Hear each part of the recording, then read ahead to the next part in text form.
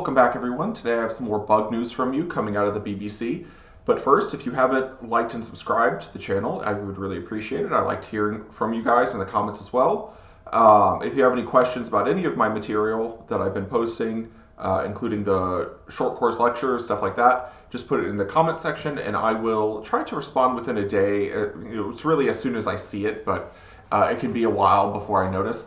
Anyway, so coming out of the BBC, today, Butterfly Thieves handed a $200,000 fine. So this is an Italian father and son out of Sri Lanka, who went into some nature preserve and began collecting and killing a bunch of insects to be shipped, presumably shipped in their luggage or through the mail back to Italy. It was discovered at some point from the park's rangers, and they were obviously charged. I don't think the article immediately names it poaching, but that's what it is.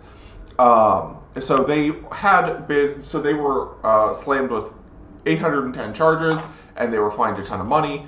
And apparently they're surgeons who are kind of amateur, or the father is a surgeon who's an amateur entomologist of some sort, and they're begging. Italians are begging for leniency, or his friends are, or whatever. But this is poaching, and this reminded me of some of my professional experiences. So I used to work for, or work with, very closely Fish and Wildlife. And with Fish and Wildlife, which I don't really work with them anymore, but back then we would intercept similar things. Usually through the airports. The mail is a little more difficult, but Customs and Border Protection and USDA do look at the mail. Customs and Border Protection would find these people, usually amateur entomologists, with a lot of money and time on their hands from some other lucrative career, who would travel around the world and collect insects from various countries to add to their collections, or trade with other entomologists and bring them across the border, or trade with museums and bring them across the border. And this is very illegal from pretty much every country. So there is this, not just the Endangered Species Act, but there is this thing called CITES, which is an international agreement which protects rare and endangered species, but it also just generally stops the trafficking of unpermitted species across international borders, so that you don't get a ton of poaching and driving species to extinction. So one of the things it's not to say that you can't collect internationally. If you are someone who has an entomological hobby, you can collect internationally, but you have to have permission from probably both countries, depending on where you're going, because the country that you're taking from wants to make sure that you're not taking endangered species, and the country you're importing to wants to make sure you're not bringing anything alive and diseased or alive and pestilent. So this also includes people trafficking, live exotic arthropods, particularly things like tarantulas and scorpions. You can't just do that. It is quite illegal, and you will be fined severely. In my past professional experience, we have had seizures of hundreds, if not thousands, of specimens when I was working with Fish and Wildlife to do this. And you will not get anything back. It doesn't matter how much you beg and plead, although frequently Fish and Wildlife is willing to work with you to get the permits that you are required to get. You do not, in fact, have a right to bring a bunch of potentially exotic species across the border. So yeah, this is a form of poaching. And on top of that, he's talking about how one of the things that the surgeon had said in this is, but the specimens I'm collecting don't have any monetary value. Yes, they do.